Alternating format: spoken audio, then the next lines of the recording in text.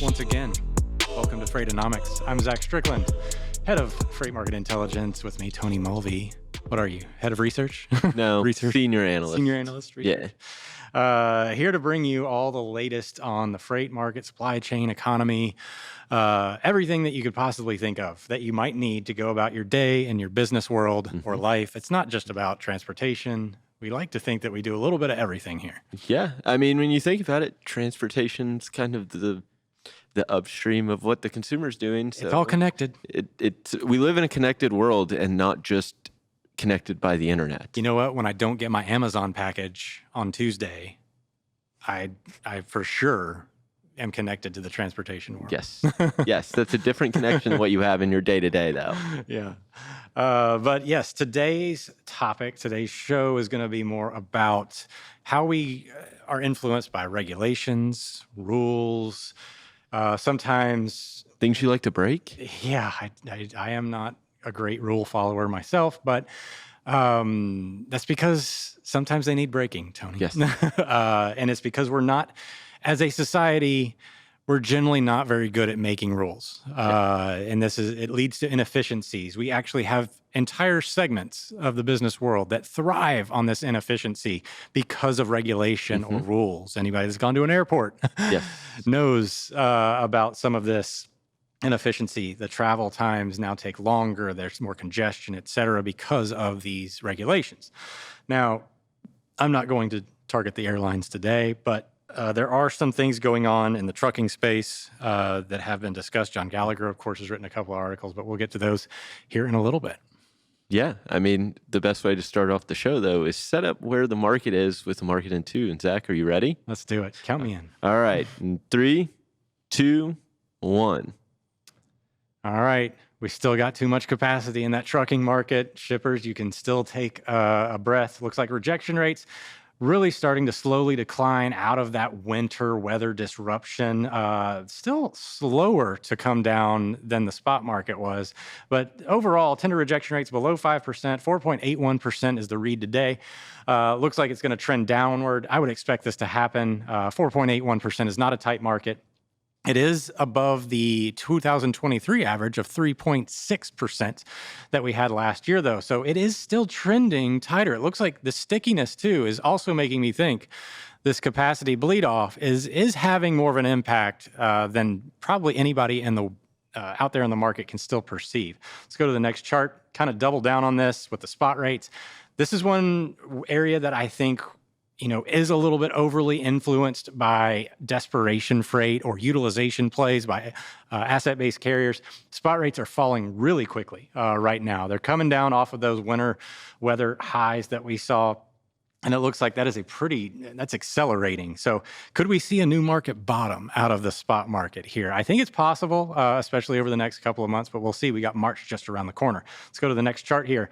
From the demand side perspective, there's nothing here that tells me that we're going to see a dramatic drop-off in activity in the freight market because demand is just so sticky. We're still 9% higher than we were this time last year, and that's growing, mainly because last year this was kind of the bottom for the demand side component. And another reason I think that demand is relatively sticky, we go to the next and final chart here, looking at our IOTI, our Import Ocean TEU Volume Index, measuring the bookings of containers coming from places all over the world into the United States. Look at that spike there right before Chinese New Year. It's coming down as we expect it to as the Lunar New Year progresses. But man, was it high. It was high. I mean, you knocked it out of the park at that last chart, I think. To me, is probably the most telling of future demand. And I think that's right. I mean, you're seeing capacity continue to bleed off. I know your chart of the week last week kind of talked about that.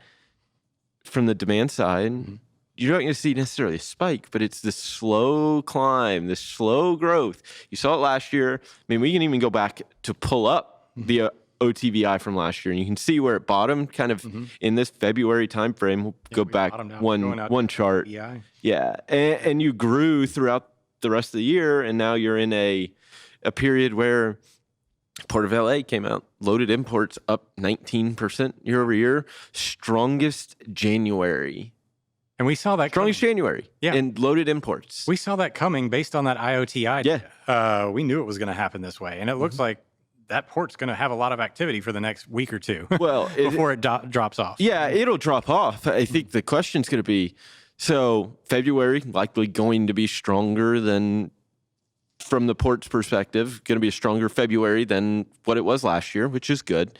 Now March will be the that's more telling part. But yeah, that's the part that I was kind of teasing out there, is that March looks like that has the potential of being a little bit more of a breakout month. Yeah. Based on that IOTI data. We're not going to see that translate because a lot of that IOTI volume, one, it takes a couple of weeks to get here. Yeah, I looked at transit times from all ports to LA. It's like 26 days now. It used to be...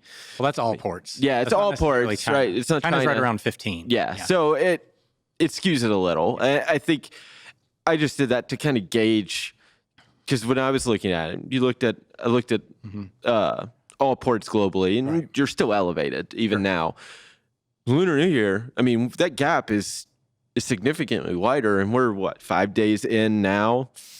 This time last year, we were really in the depths of the holiday. I mean, because we're about 2 weeks behind in terms of the holiday. So I think for that perspective, Lunar New Year had an impact, but volumes are already higher. They're likely going to continue to trend higher because if you start looking at inventory levels, we don't really have the inventory glut.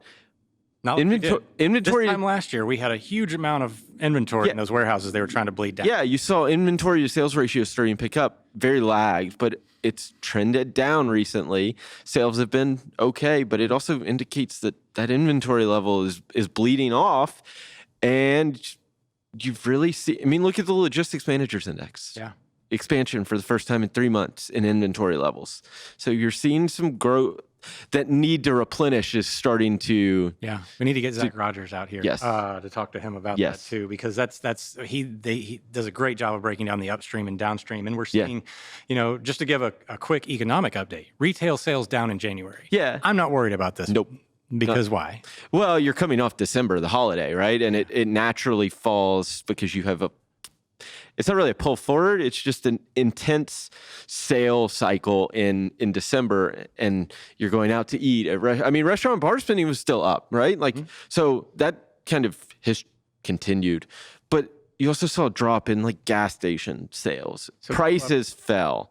Pull up that OTVI one more time here, because this is actually also, I think, relevant to this retail sales drop figure. You look at the early part of this white line, which is the current year's OTVI, tender volume value. That's Martin Luther King week, but also the winter weather hit right at the exact same time. Yeah. People didn't go out as much. They didn't go and purchase stuff. One of the biggest declines was in building materials and garden supplies. Yeah. They weren't going to Home Depot and Lowe's while everything was frozen. Yeah, you effectively took a week out. I mean, even if you... taking a week out of a month and from a sales perspective is a significant driver. I mean, I think if you even isolate it just to more consumer goods, and I take out motor vehicles and parts just because... Yeah. And automotive sector was down too. Was down. And gas station spending. And you were down 0.5% month over month. You're up 2+% year over year. So... from a January perspective, it's not all bad when you factor in winter weather, right? Yeah. And the impacts that has, and you're coming off December. So you're still seeing a relatively consumer willing to spend money, even though I mean, you see the OTVI is still relatively sustained. Yeah. And so for me, I don't put a lot of credence into the trend line shift there in January because we had some exogenous events there that weren't sustainable. And honestly, it makes me a little bit more bullish about March because that same sector that got punished in January is going to have a prime for growth in March. Because that's when, you're outside of the winter weather largely, right? We could have now this winter. I have been watching some weather patterns, and we need Kaylee Nix on here.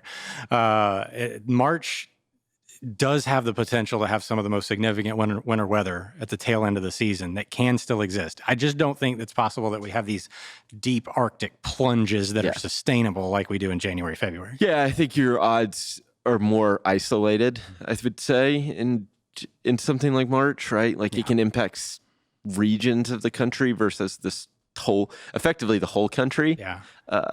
Biggest winter weather event in this area's history, Chattanooga, Tennessee, was April. in March. Was it March? It was March, though. 93, the Great Storm of 93. 23 inches of snow. I was not alive, so I don't think we've had 23 inches of snow since then in total. I don't think so. No, we have had a few decent sized snows, but it still might have struggled to get there. Yeah. Anyway, I digress. So we have some, industrial sector as well is turning up. The two of the ones that I looking at here, the New York and Philly Fed survey results for industrial manufacturing activity. Yeah. Philly is now positive. And that's actually a good sign. It's actually a really strong positive figure at that. Yeah. New York's still negative a little bit. So Philly survey was up 16 points to 5.2. New York survey was still negative at negative 2.4, but significantly higher than it was. Yeah. I think from my perspective, the only potential headwind, not even from a manufacturing shifting back to the consumer, is the credit situation. Yeah. I mean, you're seeing delinquencies rise at a rate. I mean, they're at the highest level they've been.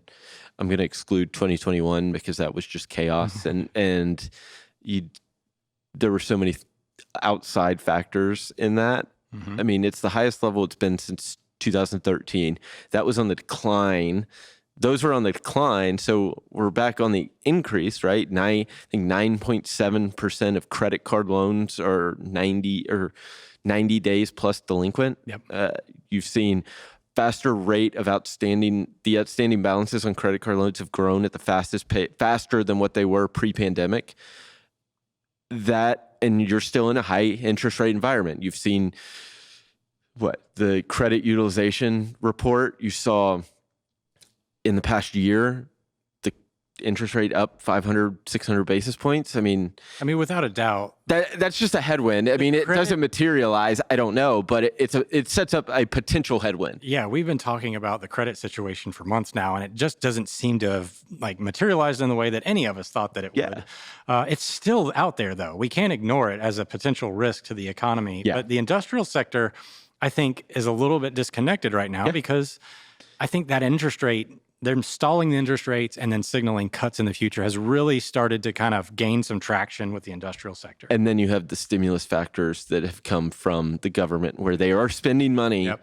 It's on infrastructure, which will drive exactly the manufacturing sector. And especially as we exit the winter. So moving back into the transportation sector, here, one of the big stories on FreightWaves.com, FMCSA questioned on studies added to safety and fitness rulemaking. So John Gallagher does a fantastic job covering all the government and politics situations that involve the transportation sector. This one is interesting to me because I think you can apply this type of thought to all the other sectors in the world. It is. So the government sees safety. Anytime you put safety out there as a reason to do something, nobody argues with you. You have to be very careful, though, arguing safety and its actual intent versus reality. Yeah. Because sometimes you do a thing for the sake of safety, and it actually becomes less safe. Yeah.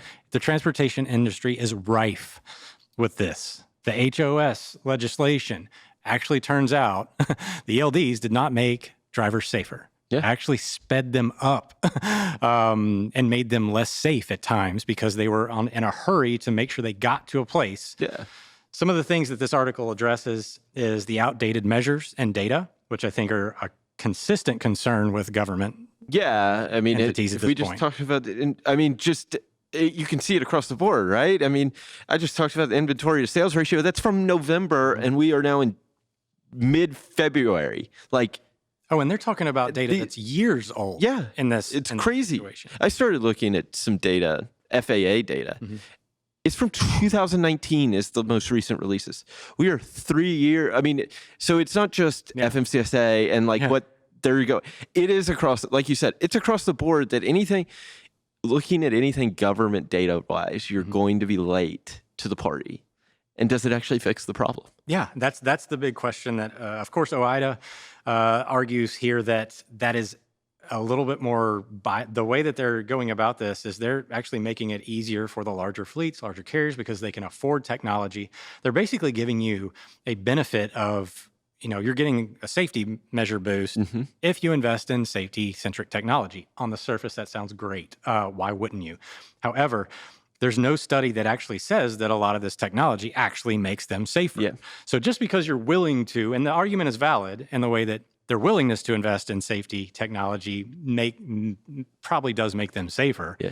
There's nothing out there that says that this tech is actually indicative of them being a safer entity. Yeah, because I think, again, you're basing stuff on one, lagging data. A lot of this tech is somewhat new. I mean, it's not mature yet, right? No, I mean, think about the ELD. I mean, we're 7 years in to that mandate. Like, it's not I would argue that's not enough time I mean, you can start to pull data from it, but I mean, it's still, I mean, look at what you talk about historicals and historical data. I mean, you're looking 10 plus years before you can really make any assumptions based on it.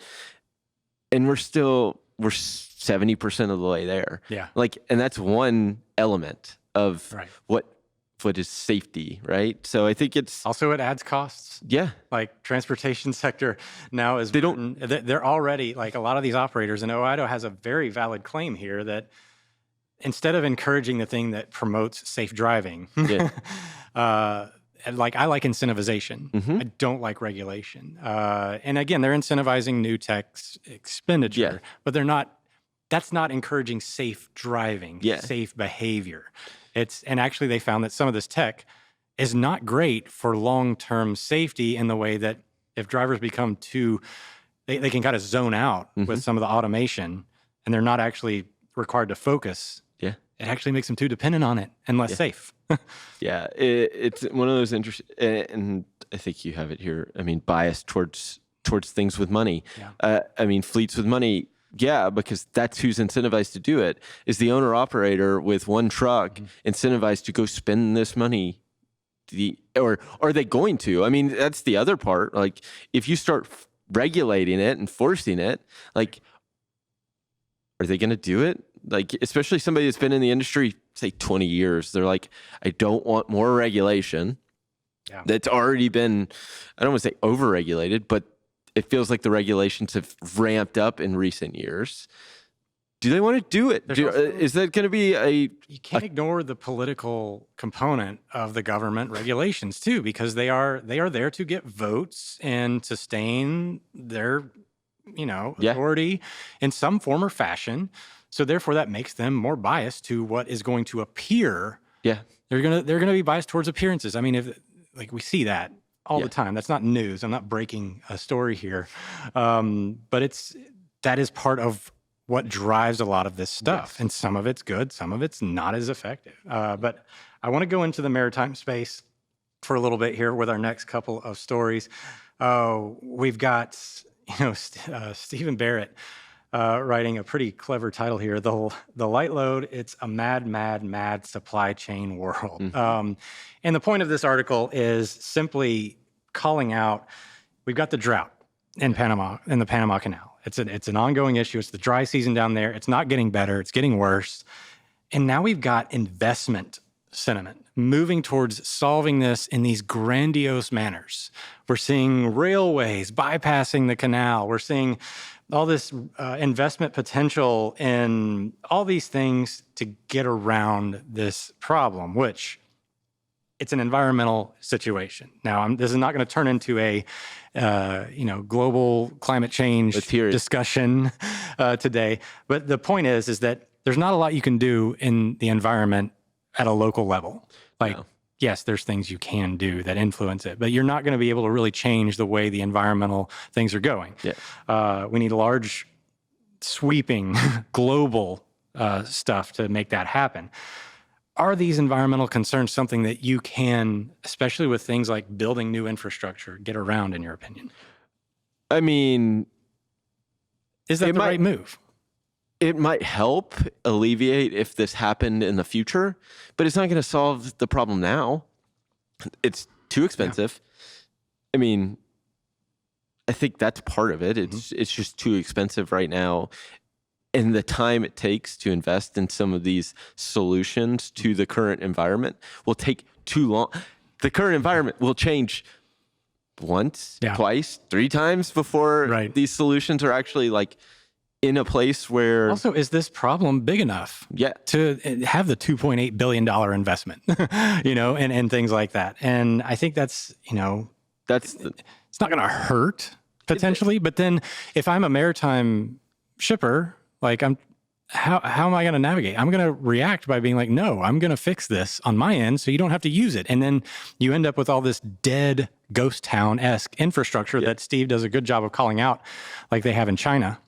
I mean, is your return, well, I look at it, this is the finance, and like, what is your return on investing all of this? If things eventually clear themselves up, which again, we're talking about it in this situation, environment issue, which like you mentioned, it's global. If we really want to try to make any fix, if not, it's going to be natural and work itself out. And there's not a whole lot that we can do. Yep. What's the return? If you make the investment, things change. Well, also, is it actually that big of a problem? I want to pull up. That's the other question. Yeah. I want to pull up a couple of charts. I don't know if we have them or not. Yeah, we do. Okay. So there's 2 from our Container Atlas product. We track the amount of customs data, TEUs, and shipment data coming into the various ports in the United States. This first image is going to be of this current past 28 days and the ports and their various components, their market share. This is 2024 ending, yesterday. There's one noticeable, glaring item on this. So see the top 3. The top 3, Los Angeles, Newark, Long Beach. You can go through and hit pause and read the various market share items here if you want. But let's go to the next one here. You can see the total TEU count too. This is last year, same period of time. That changes. Long Beach, Los Angeles, Newark. Newark's market share growth and volume are tremendously higher this month. Yeah, I think that's the East Coast. We've been talking about West Coast being the thing, but the East Coast volume has not suffered. No, it hasn't. And I think that's, to me, it's a surprise. And you could pull it up. You could go even further. Look at Savannah, just underneath those 3, right? Like this time last year, it was the 6th largest port. Now it's the 4th largest port. I mean, it's surpassed. It's just, I think some of that is infrastructure spend on the East Coast. I think some of it is behavior changes. I mean, you look at where rates went, we talk about spot rates all the time, and again, the short-term problem. I mean, you see a short-term spike in ocean spot rates, but if you were able to lock in maybe a contract rate with an ocean carrier to move to the East Coast, and you're like, okay, that helps. Let's pull up the spot rates on the ocean side. We just had them ready to go there. There we go. There we go. So this is Freightos, Baltic Exchange from China to North America's west coast. There in the blue line. China, North America's east coast. There in the fainter blue line that's higher than the other ones. And then you have the spread between the two. Now, the spread is the difference between east and west coast shipping. The higher that spread gets, the better it is to ship into the West Coast. Yeah. So the data is actually contradicting like what we would expect with this type of activity and on top of the Panama Canal. The question is, this is just one element of the supply chain, right? Right. You would have to do it and pull up what rates in moving the truckload effectively from, even an intermodal move, that movement as well, right? If you're going, say, Chicago, right? What does that change? But really, if you pulled it back up, that white line is not much different than where it was this time last year. It is not really higher. So we've seen this increase in rates, but it's affected both lanes. It has. And so, yes, it's more expensive now than it was. Well, if you look at that East Coast line there in the last part, it's way more sticky. And it's got a little bit more oomph to it there at the end than the West Coast line. Yep, it does.